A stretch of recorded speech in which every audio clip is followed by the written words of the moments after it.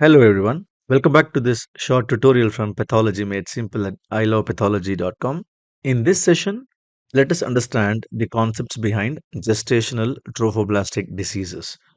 This is the part 1 of gestational trophoblastic diseases where we will learn about hydatidiform mole or commonly referred to as molar pregnancy. So we will look into the classification of gestational trophoblastic diseases and then in detail about hydatidiform mole. We will cover both the complete and partial hydatidiform mole and understand its epidemiology, the risk factors, most importantly, the pathogenesis and morphology of hydatidiform mole. Before we understand the concepts of molar pregnancy, let us see what placenta is. We all know that placenta is a temporary disc-shaped organ which develops during pregnancy from the embryonic tissues of the fetus, right? So if you look at the structure, it is composed of predominantly the chorionic villi.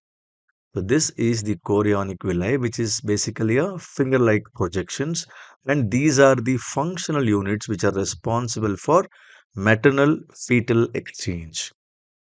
And these villi are lined by trophoblast layers. The innermost one is the cytotrophoblast, which is the inner proliferative layer, and the outer one is the syncytio trophoblast, right? So this is the outer layer. This is in the form of sheet or syncytium, and this is the secreting layer. It secretes human chorionic gonadotrophin, and it also aids in implantation. So this is the basic structure of chorionic villi. Apart from cyto and syncytiotrophoblasts, placenta also contains intermediate trophoblasts. So the molar pregnancy is all about the disorders of cyto and syncytiotrophoblasts, basically disorders of trophoblasts.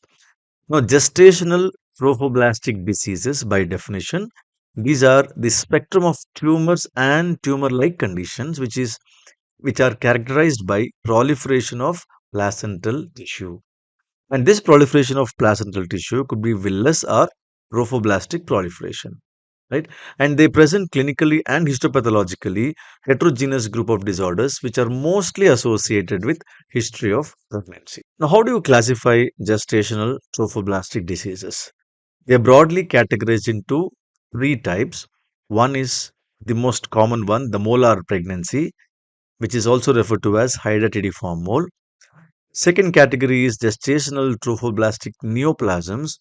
The third one is tumor-like lesions. The molar pregnancy is subdivided into complete hydatidiform mole, partial hydatidiform mole, and invasive mole. Whereas choriocarcinoma, placental site trophoblastic tumor, epithelioid trophoblastic tumor, they are all under gestational trophoblastic neoplasms. And the tumor-like lesions of the trophoblastic tissue includes placental site nodule and exaggerated placental site or exaggerated placental reaction. So in this session, let us learn about complete and partial hydatidiform mole. Common feature of all gestational trophoblastic diseases is abnormal growth of different cell types of the placental trophoblast. When I say different cell types, it could be cyto, syncytio, or intermediate trophoblast. Now let us see what is this hydatidiform mole. So hydatidiform mole is basically an abnormal hyperproliferation and hydropic degeneration of placental villi. It is characterized by cystic water-filled appearance of the chorionic villi. What is the basis behind the name hydatidiform mole? Hydatis is a Greek word which means a drop of water. It signifies, water-filled appearance of the chorionic villi. Form is a Latin word which means shape or form. And then finally, mole. Mole is actually a Latin word again which means millstone.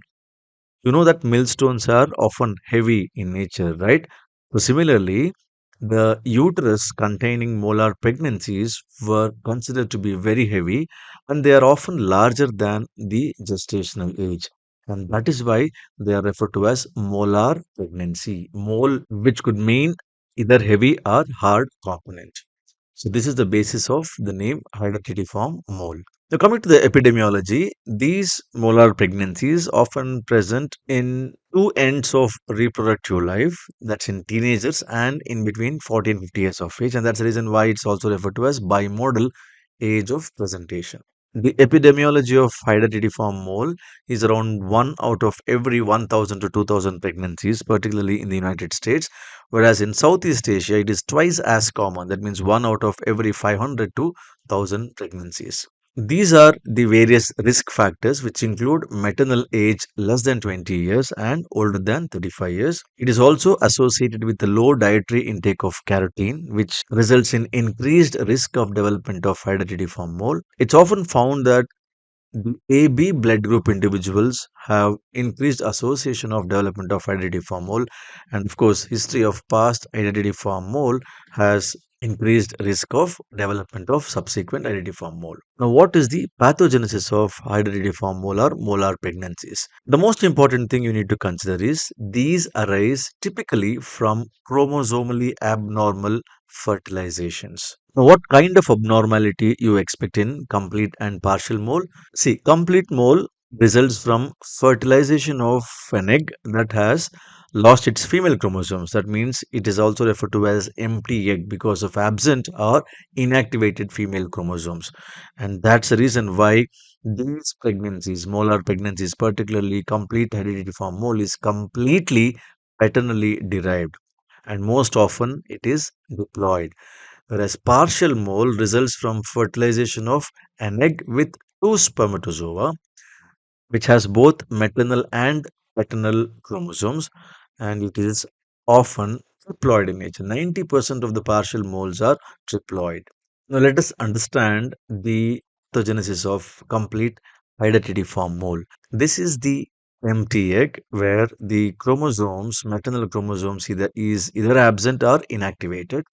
When there is fusion of such empty egg with a haploid sperm, what happens is in during the process of meiosis there is duplication of haploid sperm's chromosome, resulting in this kind of genotype 46XX. Remember, all these are paternal derived.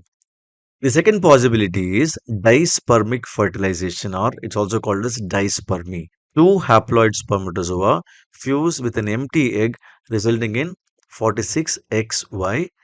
Or sometimes what happens, the entire diploid spermatozoa fuses with an empty egg, resulting in 46XY genotype. Ultimately, what you need to understand here is that in complete hydatidiform mole, there is no maternal chromosomes. It is completely the contribution of the paternal chromosomes, and that's why it is also referred to as androgenetic in nature. Whereas in partial hydatidiform mole, you need to know that there is triploidy, right? So let us see what are all the scenarios where you can expect triploidy. You have normal egg, that is haploid egg, and then there is fertilization with two spermatozoa, which is haploid 23, 23, and 23, resulting in 69XXX, that is triploidy, dispermy plus one maternal haploid. Other scenario could be 23X, 23Y when it fertilizes with 23X, which is haploid egg, resulting in 69XXY diandry. That means two chromosome sets, which is donated by father. And this is also another scenario where 23Y, 23Y, and 23X fuses, forming 69XYY. This is rare. The other scenarios where you can expect triploidy or triploidy are when there is unreduced diploid 46XY, spermatozoa, and fusion of this unreduced diploid spermatozoa with a haploid ova, resulting in 69XXY. Similarly, it could be 23 haploid spermatozoa and unreduced diploid maternal chromosomes, resulting in 69XXX. So ultimately, what you need to understand here is that the final outcome is triploid in nature. Okay, it could be various combinations of X and Y chromosomes. So now we saw that there is chromosomal abnormal fertilization. So what? So that means there is dysregulation of the trophoblastic growth. Whenever there is dysregulation of the trophoblastic growth, it results in hyperplasia of the trophoblastic tissues. And this is diffuse hyperplasia of trophoblastic tissues. And now, in complete hereditary form mole, because there is no maternal chromosome, obviously there will be no fetal development, right? And when there is no fetal development, obviously there will be no vasculature, and all the villi in the placenta will be avascular, because the blood vessels which is seen inside the villi is actually the sprouting of fetal blood vessels. When there is no fetus itself, there will be no blood vessels even in the villi. So that means all the villi are avascular. And once the villi are avascular, what happens? There will be alteration in the fluid dynamics in the placenta, in the villi, resulting in decreased drainage and also increased influx of fluid into the villi from the maternal blood, which is present in the intervillar space. And these are the reasons for dilatation and edema of the chorionic villi, which is the characteristic feature of hydatidiform mole. In complete mole, all the villi are dilated, whereas in partial mole, there might be still vasculature in the villi, and that's why not all the villi are edematous and dilated. So morphologically, grossly, the hydatidiform mole comprises of delicate, friable mass of very thin-walled, translucent, cystic grape-like structures. These are basically swollen edematous or hydropic villi, which appears like a bunch of grapes. The difference between complete and partial mole, gross examination wise, is incomplete mole, as I told you earlier, it involves all or most of the villus tissue, and there is also absent embryo or absent fetus. Whereas partial mole, only a fraction of the villi are enlarged and edematous, and there is presence of either embryo or the fetus. Histologically, let us understand this illustration of complete hereditary mole. You can see that the villi are enlarged, they are dilated, edematous, and note that there are no blood vessels in the villi, and that's the reason why they are avascular villi, right? These are known as hydropic villi. Hydropic villi meaning enlarged and dilated edematous villi. So, as the villi dilates, there is always a formation of cavitation or cistern within the villus stroma, and there will be diffuse hyperplasia of the trophoblastic tissue, both in cytotrophoblast and syncytio trophoblastic tissues. And that's what is called as trophoblastic hyperplasia, right? So, whereas in the partial identiform mole, you find enlarged villi, dilated villi, but then that is focal. You find increase in cyto and syncytiotrophoblastic layer, again that is focal. So that is the only difference between partial and complete. In complete, all the villi are dilated, all the villi show trophoblastic hyperplasia, whereas in partial, only focal hydropic villi and focal increase in cyto and syncytiotrophoblastic layer. This is the corresponding histopathological image of complete hydatidiform mole. The villi are dilated. You can see that there is no vasculature. There is a formation of cistern here, and there is diffuse trophoblastic hyperplasia. So, how do these patients manifest? Patients with molar pregnancy, they usually manifest with vaginal bleeding. That is the most common manifestation. Sometimes the bleeding can be mixed with gelatinous fluid from these ruptured cysts, and patient often might present with spontaneous miscarriage. The reason for vaginal bleeding is basically because of erosion or disruption of maternal vasculature, and that disruption of maternal vasculature is due to trophoblastic hyperplasia.